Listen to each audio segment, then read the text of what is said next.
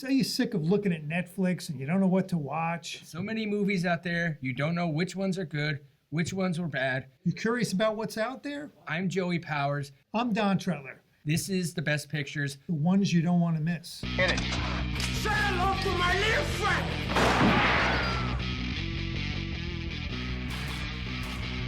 Frankly, my dear, I don't give a damn. Winners go home and the prom queen. English, motherfucker, do you speak it? Everyone in this room is now dumber for having listened to it. I don't deserve this. Deserves got nothing to do with it. No sequel for you.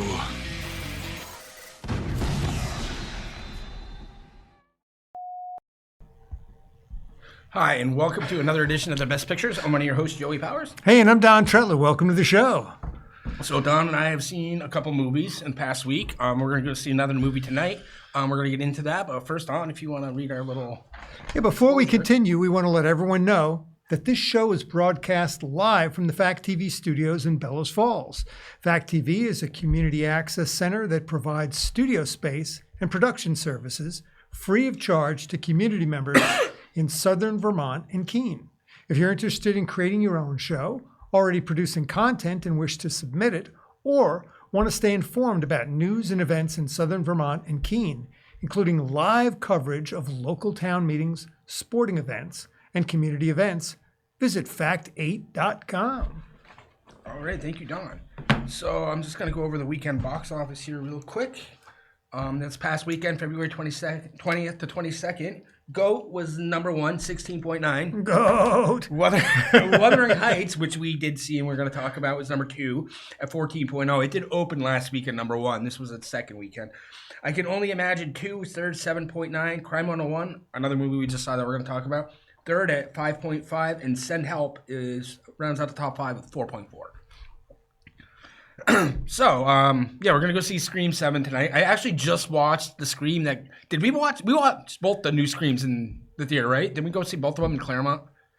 I know we saw one of them in Claremont. I think it was the last one. I think it was the last one that we saw. But yeah. I watched the one that came out. It's called Scream, and it would really be Scream 5. I watched that. It just popped up on, I want to say Prime or Paramount Plus, I think, the other night. And I was like, why not? We're going to see the movie. So I really liked that one. And the killer is actually Mikey Madison. You know, it's her and the boyfriend, but she just won Best Actress this past year for Honora, and I was like, I don't think I've ever seen her anything.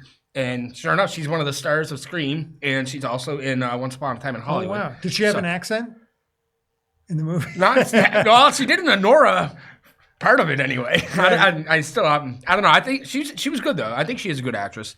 But yeah, I really liked that one. I remember, I don't think either one of us really liked the last one. No, I don't remember much about it. The ending was just stupid. There were like 5 killers or something. It was something dopey. And they keep having this thing where they're bringing back people that died. It's saying, oh, you never actually saw her die. Because remember, Hayden Panettiere was in the last one, and she died in Scream 4. But then they're like, oh, you never actually saw her die on screen. You just get to, assume that she died. You heard a scream. Yeah. So I wonder how that's going to go tonight. Because I did notice that David Arquette's back. And he died. He died in the one I watched the other night.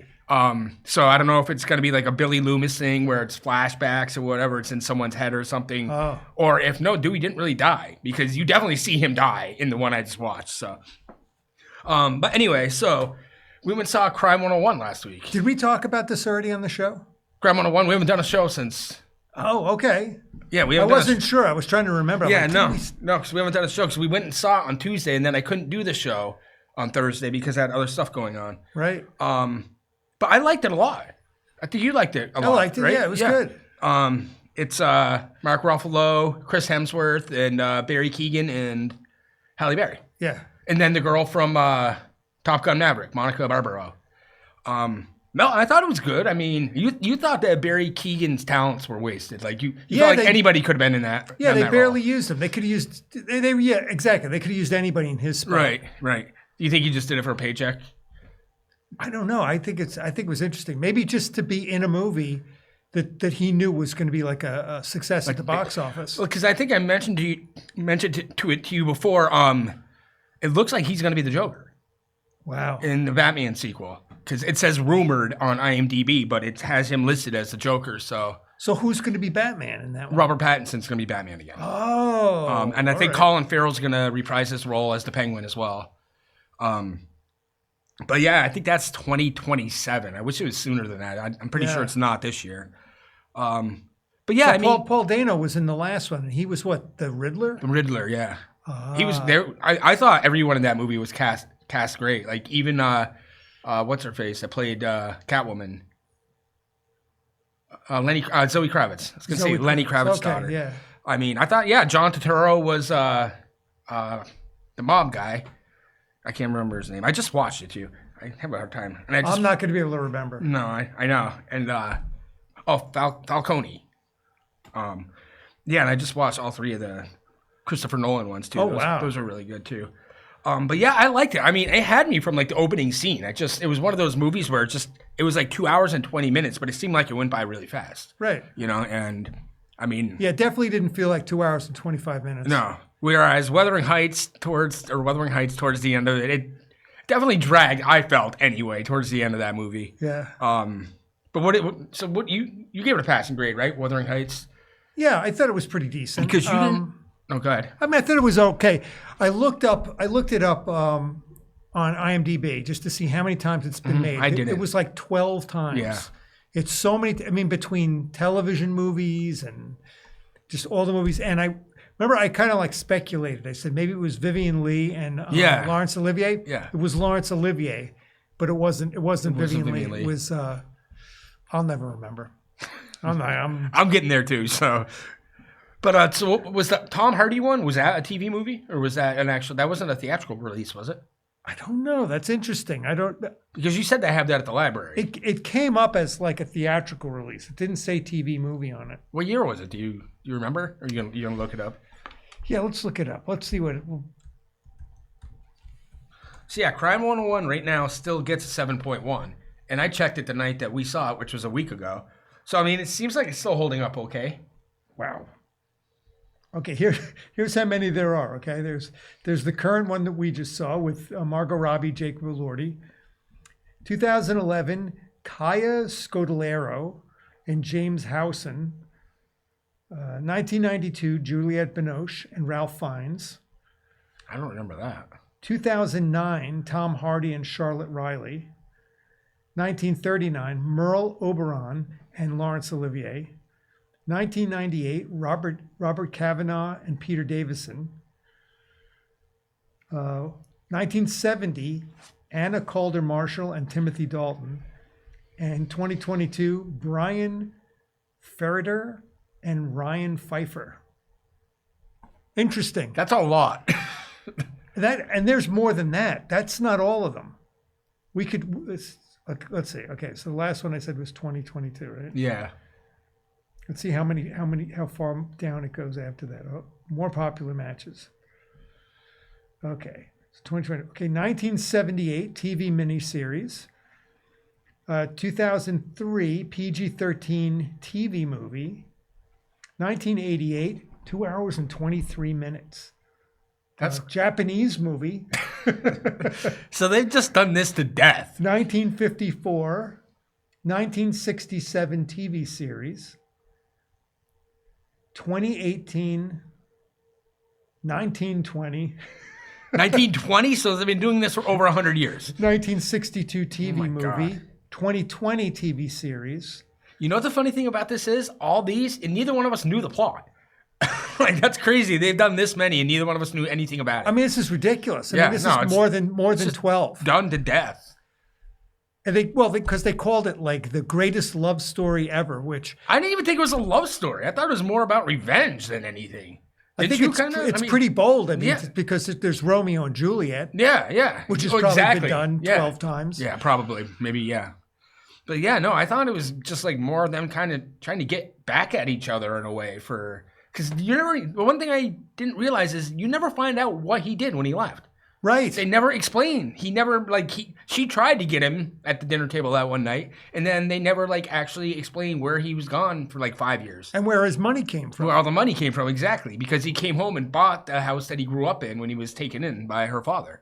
That's a little bit of a, plot problem, I think. Yeah, no, I was just I was thinking about it afterwards when I got home, and I was like, they never did explain where he went and where all the money came from. Right. Because he was clearly rich when he came back, and he was not rich when he left. He was a hobo pretty much, Right. But no, I liked it. I mean, it gets a 6.3. I'd say I probably liked it a little more than that. What'd you think? Did you think they had chemistry? I thought so. Those two people. Yeah. I thought so. And I thought the supporting players were pretty good too. Yeah. Like the father, I thought the father was great. I love this scene with the mountain of freaking bottles on both sides of his house. That was insane, all the way to the ceiling. I was just, I think I mentioned that when we were watching. I was like, that's impressive. It was insane. It was just, but no, he was good. They're the only two people in the movie that I'd ever heard of. Right. And I didn't recognize anybody from anything else I'd ever seen. No. But I mean, I would recommend it, going forward, I definitely like Crime 101 a lot better. I did mention to you that Crime 101 was a better movie. Yeah, definitely. And I think it's more our kind of movie anyway, Right. Because it's more action, that's definitely what we just saw was a drama, It's funny, like you say, that neither one of us knew the plot. We had never seen any of the previous versions of it. I know, and to have that many versions of it and not to know anything about the movie. I didn't even know it was set in the 1800s or whatever. I literally, but I can't say any much because I didn't know the Banshees was set back when it was either. Right. I had no idea. I thought that was a modern movie until we went and saw it. I was like, oh, okay. But that was part of the greatness of seeing that movie was I didn't know much about it going. Well, what do you think? Both you and I are both. I'm trying to think what's the way to put it. Mature gentlemen, right? So yeah. Here we have this movie about this incredible passion between these two people. Right. I mean, does it make sense now? I mean, now I look at it and I'm just kind of I don't know if I could. It seems like that's like a young person's thing to be that driven to be with somebody. Yeah, no, I would agree with that definitely. I mean, it starts off when they're kids, right, and then it goes through the years and stuff as they grow up and stuff, and she obviously ends up marrying someone else and. I mean, I'm sure pretty much we're the only two people that didn't know the plot. Right. Because, it's been seen. We were the only two people in the theater, too. We were. So nobody else was dying to see this movie. It was a Tuesday night, but still, you would have thought at least a couple other people. Right. But, I would say I liked it, but it definitely did drag towards the end. The second half dragged a lot longer. The first half, I thought kind of blew by pretty fast. And as soon as she got engaged and he took off, I feel like that's where it kind of just stalled for a little while. And then he comes back, 15 minutes later? Right. Maybe 15, 20 minutes later, whatever it was. Because he wasn't in the movie for a little bit. When he supposedly went wherever he was, which we still don't know. But then when he came back, it got interesting again because you could tell that the chemistry was slowly going to get back. And it did. Well, what do you think about, there was that other character, and I don't know what his, the guy that she married in the movie, mm-hmm. He had that other woman there, which I thought in the beginning of that scene that they had, I thought they were working toward getting married. When she is peeping up on him or whatever over the thing, yeah, I did too. I thought something was going to happen between those two people, but it didn't. And then she gets a crush on Heathcliff. Right. Pretty much. She's talking to the girl saying how attractive he is and this and that and stuff. But I mean, before even Heathcliff came into the whole thing, did you think there was they were hinting at some kind of like a lesbian romance between those two women? It kind of seemed that way. There was something about even the artwork in the book when she opened the book. I was like, It seems like she had a crush on her. Right. It definitely seemed that because she made a little doll of her. Yeah, and she had the pop-up stuff in the book and stuff like that. It was just, yeah. Remember what happened to the doll? But no, it definitely seemed like that girl had a crush on the lead. Right. And then obviously, whatever happens going forward with them. I mean, it seems like one of those movies that you could make a hit out of if you just had the right pairing, had the right, chemistry. Well, you also mentioned something about the directing too. Yeah. You thought the way that it went on towards the end and everything, how it just could have been handled better. Because I think it could have been definitely shorter. Yeah. I think we say that about Crime 101. I didn't think, oh my God, this dragged on. It was way too long. I didn't think that. I definitely thought this about Wuthering Heights. Right. And obviously The Last Avatar. Which I think we're in agreement. We're done. Yeah. With Avatar, seeing them in the theater. Yeah, no more. I don't even care how it ends at this point. Just end it. It doesn't matter. No, it doesn't matter. It's just gotten so stupid. So. But yeah, so I think not this coming Tuesday, but the following Tuesday, we'll go see The Bride. That's exciting. Either in Springfield or Keene. I'm sure they're both going to get it. That's kind of like a newer version of The Bride of Frankenstein with Jesse Buckley and Christian Bale. Yeah, that's a good pairing. Yeah, that's a good pairing. She's the favorite this year to win Best Actress for Hamnet. So, and by the way, the Screen Actors Guild are Sunday night, and then I think 2 weeks from Sunday are the Oscars. So, so maybe we should do we'll do a recap next week of the Screen Actors Guild, and we'll do a preview of the Oscars before the Oscars show. You know, we love to do Oscar shows, but we're definitely at a huge disadvantage because a lot of those movies didn't come to the movie theaters. Yeah, exactly. They don't get released around here because they're low budget movies. And if you don't have the right streaming service, then you can't see some of these. I mean, we've probably seen, what would you guess? Half maybe? I think last year, we said we saw 4, or no, I think it was this year. We've seen 4 out of the 10 that are nominated. 4 out of 10. Yeah. I think you saw actually one more. Oh no, maybe that was last year because you saw Dune Part 2. And I had it. But that is coming out on Christmas this year, so we'll see. I'll watch Dune 1 and 2 before we go see that because I want to see them because I've only seen the original. The original was like a big flop, wasn't it? The original one? Yeah, like the 1984 one with Kyle MacLachlan. Have you seen it? I saw it like a long time ago when I was a kid. I don't remember much of it. The one thing I say about that movie is I'm amazed that they packed so much into one, right? Into a movie that wasn't really all that long. I mean, I thought it was like a 3-hour movie, but if you look it up, it's only like, 2 hours and 25 minutes or something like that. Well, how long are the ones that are out now? Long. They're bordering on 3 hours. And they're making 3.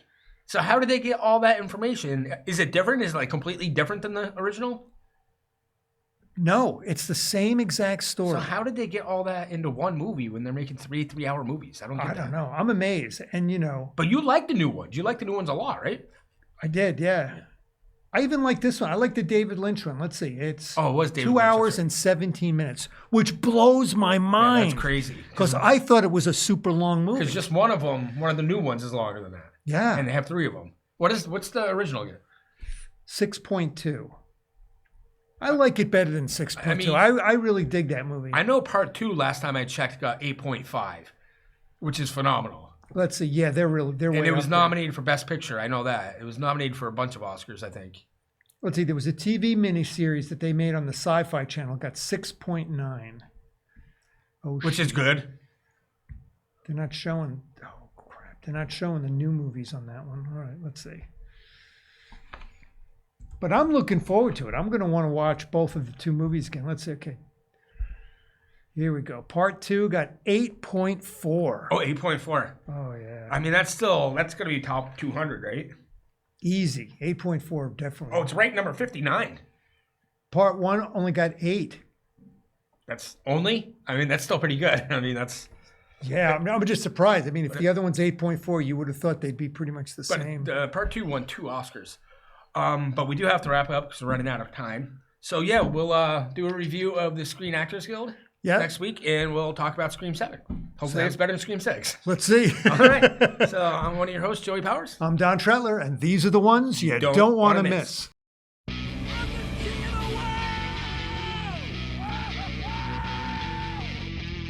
Gentlemen, you can't fight in here. This is the war room. Here's Johnny. Go ahead. Make my day. Life moves pretty fast. You don't stop and look around once in a while, you could miss it.